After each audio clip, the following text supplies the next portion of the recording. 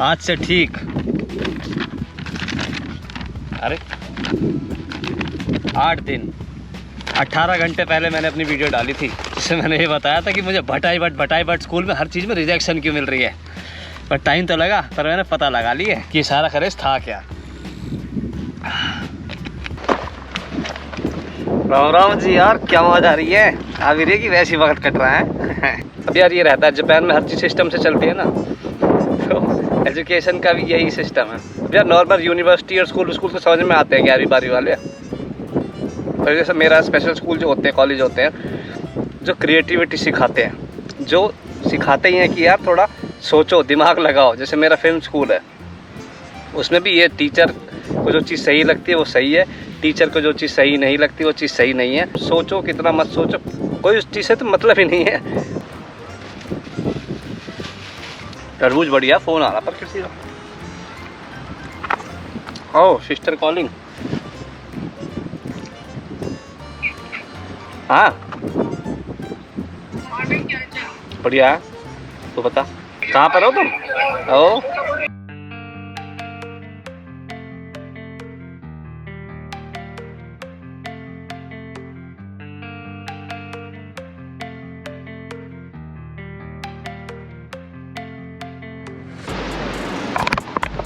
भाई मैंने इस पर रिसर्च करी बहुत कैडी, मैंने बहुत पढ़ाई करी, मैंने बहुत ज़्यादा पढ़ाई कर दी।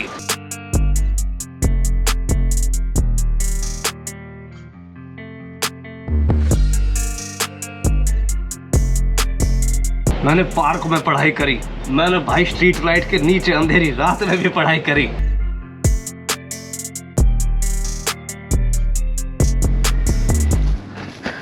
अरे नाना ये तो वैसे ही नाटक पेल रहा हूँ। अरे पढ़ाई तो करनी ही है यार, मेरे एग्जाम्स चल रहे हैं। पर एग्जाम्स में क्या होता है, नॉलेज के लिए पढ़ाई नहीं होती, कोई भी नंबर लेने की रेस लग जाती है एकदम भागम भाग।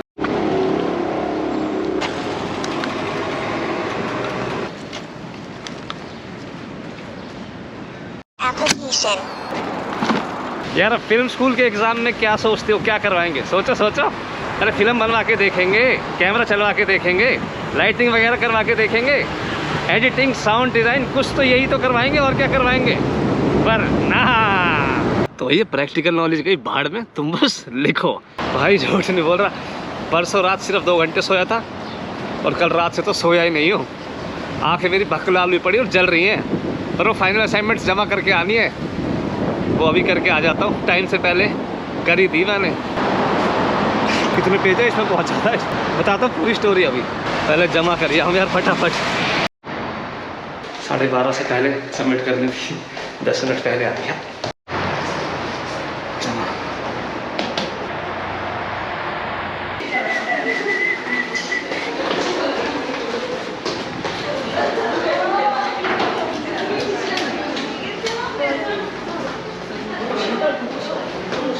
बहुत सारे डिपार्टमेंट है ना, तो आपको अलग अलग बैठा रहता है। किसी का कुछ है, किसी का कुछ, कोई म्यूजिशियन है, कोई कुछ है। हमारा फिल्म वाला है। मेरा तो हो गया। अभी मेरा एक एग्ज़ाम और है, वहाँ पर भी जाना भाग के फटाफट। वो 1:30 बजे से है, तो वहाँ तक तो पहुँच जाऊँगा, अभी तो टाइम है। मेरे पीछे वेदर दिख रहा है कैसा है वो, और जहाँ मुझे जाना है वहाँ हम तो जहाँ जाएंगे हमें तो काले बादल ही मिलेंगे। बेहिसाब भक गर्मी पड़ रही है, पसीने कहाँ कहाँ घुसे खुद ही नहीं पता चल रही। क्वेश्चन आते हैं कि इस तरह की लाइटनिंग में कैमरे की सेटिंग कैसी होनी चाहिए।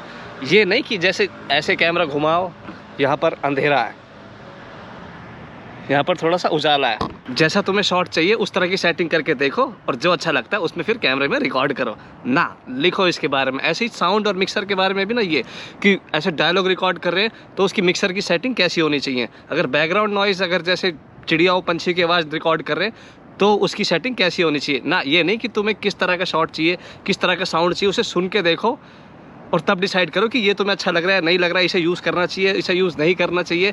डायलॉग किसी की हाई पिच आवाज़ होती है, किसी की लो पिच आवाज़ होती है, तो उसको किस तरह से यूज़ करना ना, इसके बारे में लिखो, एक्सप्लेन करो। और लिखना भी क्या है, डेफिनेशन। जो किताब में लिखी हुई है रटो उसको और डेफिनेशन लिखो, जैसे 3 इडियट में नहीं होता। ऐसे किताबी डेफिनेशन रट के क्या फ़ायदा? आप किताब से ज़्यादा जानते हैं। किताब में यही डेफिनेशन है, और अगर आपको पास होना हो तो आप यही लिखेंगे। तो डेफिनेशन लिखो, नंबर आएंगे तो तुम होगे पास, और पास होगे तो चढ़ोगे अगले सेमेस्टर में, नहीं तो फेल। यार मैंने बड़े से बड़े जो डायरेक्टर रहते हैं ना, RRR बाहुबली बनाने वाले SS राजामौली साहब, Christopher Nolan, Steven Spielberg, Anurag Kashyap, यार इनके इंटरव्यूज देखे मैंने, सब यही कहते हैं कि फिल्म मेकिंग तो भाई जितने प्रैक्टिस करोगे ना, जितना चलाना सीखोगे, चीज़ें जितनी फिल्म में बनाओगे उससे आती है। चीज़ें रटने से नहीं आती ये सब चीज़ें। पर यहाँ तो बस फोकस है सिर्फ नंबर लाने से और टाइम पे असाइनमेंट पूरे करने से। टाइम पे जैसे जैसे मैंने सारी असाइनमेंट तो पूरी कर दी। अब टीचरों के हिसाब से तो भैया ये है कि जो ये सब करेगा ना, वही ये सबसे नंबर 1 फिल्म मेकर, वो बनाएगा ब्लॉकबस्टर, एकदम हॉलीवुड के सारे रिकॉर्ड तोड़ देगा वही, और उसको मिलेगा ऑस्कर। और बाकी जो सब फालतू है उनमें नहीं है दिमाग, उनको नहीं आता कुछ भी, उन्हें करते रिजेक्ट।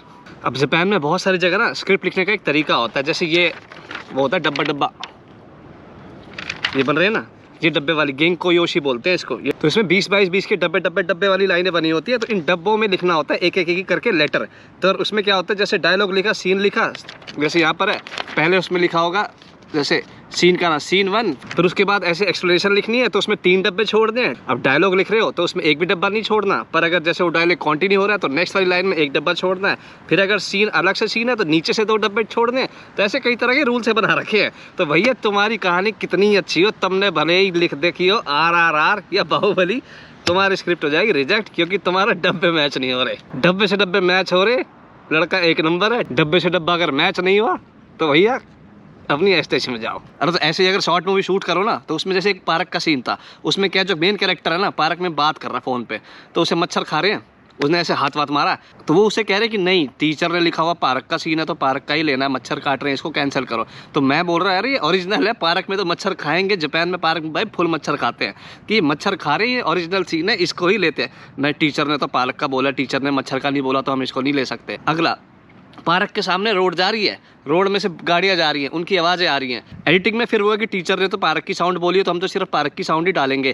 तो उनकी अरे पार्क के साथ में रोड दिख रही है फ्रेम में, रोड पे गाड़ी जाती दिख रही है फ्रेम में, तो उसकी आवाज़ क्यों नहीं डालनी? टीचर ने रोड की आवाज़ डालने को बोला नहीं है तो हम नहीं डाल सकते। टीचर ने बोला सिर्फ पार्क की साउंड होगी तो पार्क की साउंड ही होगी। पार्क की साउंड में तो चिड़िया चहचहाती है। पार्क के ऊपर से पुल जा रहा भाई, पार्क के पीछे से रेलगाड़ी जा रही है, सही में आ रही है।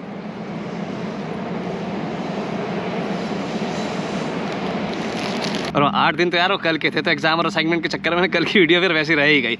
आज हो गए 9 दिन 19 घंटे।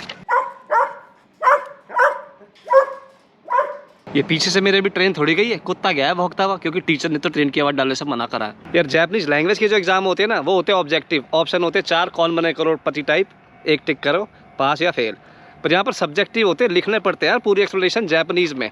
अरे जापानी बच्चे पास नहीं हो पा रहे यार, मेरी तो दूर की बात है। वो इतनी ट्रिकी जापानीज होती है, उसमें क्वेश्चंस होते हैं, फिर उनको एक्सप्लेन करके लिखो, टाइम लिमिट होती है। जापानीज बच्चों के लिए पूरा टाइम नहीं पड़ रहा, इतनी ट्रिकी जापानीज होती है। वो पेन वाला तो बोल रहा था कि यार इतनी ट्रिकी जापानीज है तो मेरी समझ में नहीं आ रही। तो मैंने कहा बस तो खत्म, तेरी समझ नहीं आ रही तो फिर मैं तो क्या ही कर लूंगा। अरे कुछ टीचर तो बहुत बढ़िया है यार, मतलब वो कहते हैं अपनी इमेजिनेशन को, अपने आइडियाज को किसी के लिए मत रोको, उन्हें लिखो, उन पे काम करो। सब एक जैसा सोचेंगे तो सारे एक जैसे नहीं हो जाएंगे, फिर कहाँ से बनेंगे अलग अलग फिल्में। और जो म्यूजिक वाला है ना यार, वो भी ऐसे ही कहता है कि अरे आइडियाज और इमेजिनेशन एकदम खुल के सोचो, इसमें कोई सही गलत नहीं होता, सबकी अपनी अपनी चॉइस होती है। तो कह रहा है जिसमें जो बताई गई, सिखाई गई, जैसे ऑर्डर दी गई चीज़ों पर जो चलते हैं ना, उन्हें रॉबर्ट कहते हैं, आर्टिस्ट नहीं कहते। और हर आर्टिस्ट अलग होता है। तो ये म्यूजिक में कोई लिखने विखने का कोई टेस्ट नहीं था। म्यूजिक वाला तो कह रहा है लिख के सीखोगे, म्यूजिक बनाओ, जितना बना सकते उतना बनाओ। अरे कभी कभी भीड़ में बहुत सारे लोग जब बोलने लग जाते हैं ना एक ही चीज़ बार बार, तो ऐसा लगने लगता है कि ये सही बोल रहे होंगे यार, मैं ही गलत हूँ।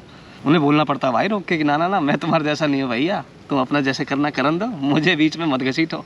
तो क्लास प्रोजेक्ट में 1 मिनट का एक गाना बनाना था, वो तो मैंने बना दिया। सुनाऊं? गाना वीडियो के लास्ट में चला दूंगा।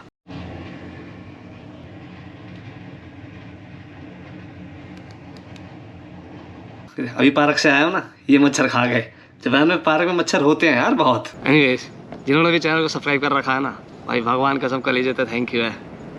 और जो नहीं कर रखा आराम से कर लीजिए, बाद में कोई आफत ना आ रही है। अच्छा जी, फिर मिलेंगे, राम राम।